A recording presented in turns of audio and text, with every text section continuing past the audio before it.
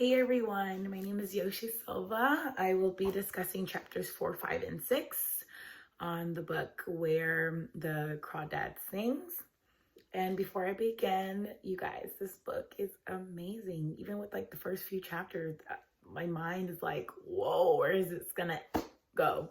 How is it gonna end, right? Okay, so I'm going to be doing question number 1. It's, what is your favorite part of the characters you have read so far? And, chapters. What is your favorite part of the chapters you have read so far? And I would say, if everyone turns to page 48, please excuse my notes. I'm very detailed. I love reading. It's something I enjoy doing. Page 48. It's when Tate's dad talks to Tate about one of his assignments about poetry. It states, his dad told him many times that the definition of a real man is one who cries without shame, reads poetry with his heart, feels opera in his soul, and does what's necessary to defend a woman. I love this part of the book because it gives us an insight of Tate and his family and his relationship with his dad. And that part, oh my goodness, stood out to me because one, my dad was the same age as my little brother. They're very old school, and it's more of the, hey, it's okay to show that emotion. It's okay to be vulnerable. It's okay to cry. Like, don't be afraid. Don't be ashamed. We're all humans. We all have feelings. Girls are not the only one. Men too. So I feel like men nowadays are kind of like afraid to show that, but it's like, don't. We're all humans. I feel like the more you express yourself and communicate with whoever it is, family, your partner, anybody, it helps your mental health. I'm telling you right now, it really does.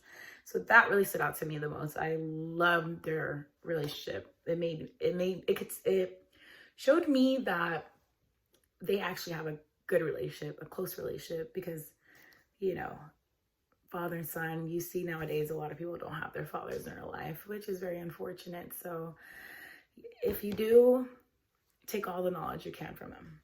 So yeah, that's my favorite part. I'm gonna be moving on to question number 3. Which scene has stuck with you the most besides that one? I'm gonna move on to the beginning of chapter 6, which will be on page 40.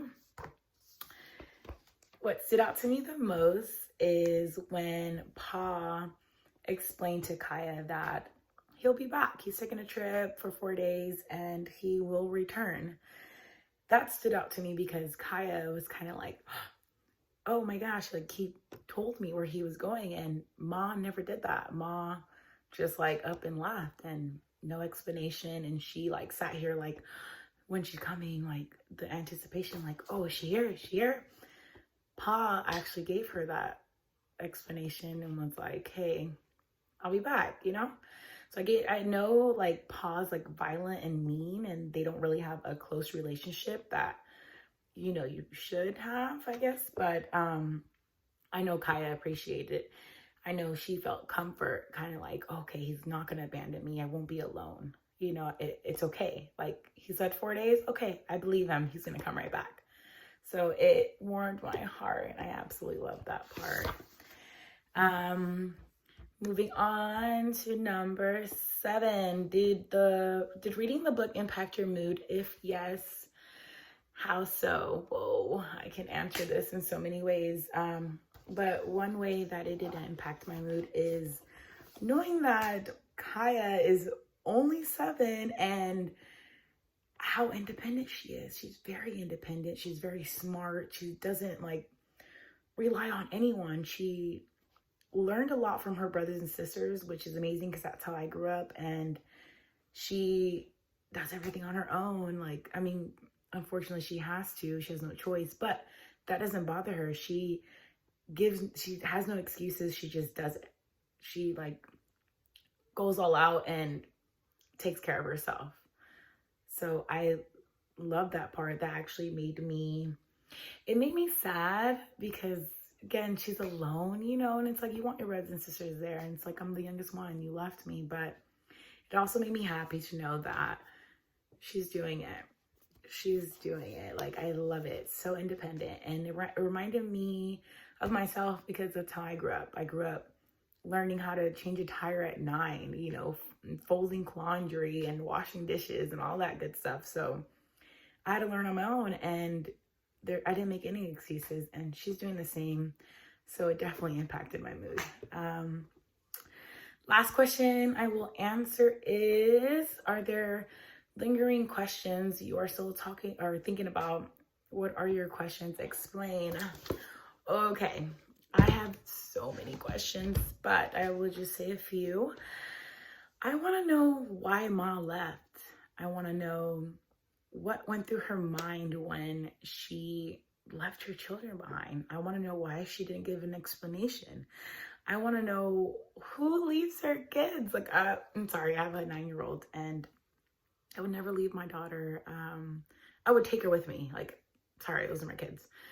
But I mean, I'm not judging her at all because I know people go through some things. So definitely not judging her. It's just more of like, I wish I was there, one of her good friends, to help her and be like, hey, is everything okay? Do you need help? Like, there's strangers and people out there that will help you and will make you safe and will be there for you. You just need to be okay with expressing yourself and communicating and not letting your mental health like go the other way to where you're just like, oh, I don't have anyone, I'm alone, I'm just gonna just give up, you know? So I wish I was there for her. It makes me sad. So yeah, I don't know. I just can't wait to read the rest of the book. I'm loving it so far. It did remind me of my family because my auntie, who is the youngest of 4, she actually went through the same thing. My grandma left my grandpa, who was an alcoholic, and she left her kids in Nicaragua, that's where my mom's from, without saying anything. Because he, you know, was abusive to her. So she left, packed her bags and left. And they cried. They were like, where's my mom? We just want, you know, we're here with this abusive man. So then my mom and my other auntie, who was the oldest, and my uncle packed her bags and left too, and left my auntie, who was the youngest one, with their dad, my grandpa. And what was crazy was back in 2007, I went back to visit her. I didn't go back. It was my first time visiting Nicaragua. And I was only 16. I remember asking my auntie, like, how was your childhood? You know, everyone left you. Everybody went to America and you stayed here. And she just started crying. She was like, you know, in the beginning, I always thought, why? Why did they leave me with this man who was abusive and alcoholic? And I was alone. I learned how to do everything on my own. And I was afraid of him, my own dad. So I'm like, but she did say after a few months after they left, he changed. He stopped drinking. I guess he saw the impact that he was, you know, giving her, and all the sorrow, and saying, you know, knowing what he was doing was damaging her. So he stopped, and he's been sober ever since. And she's happy. She says, you know what, life, it is what it is. Like, no excuse. She handled her business, was very independent, and is very successful. So I can't wait to read the rest of this book, and I hope you guys are enjoying it as much as I am. I'm gonna go read the rest of it tonight, honestly, because it's a really good book. So sorry I've been talking your ears off, guys, but have a good day. Bye.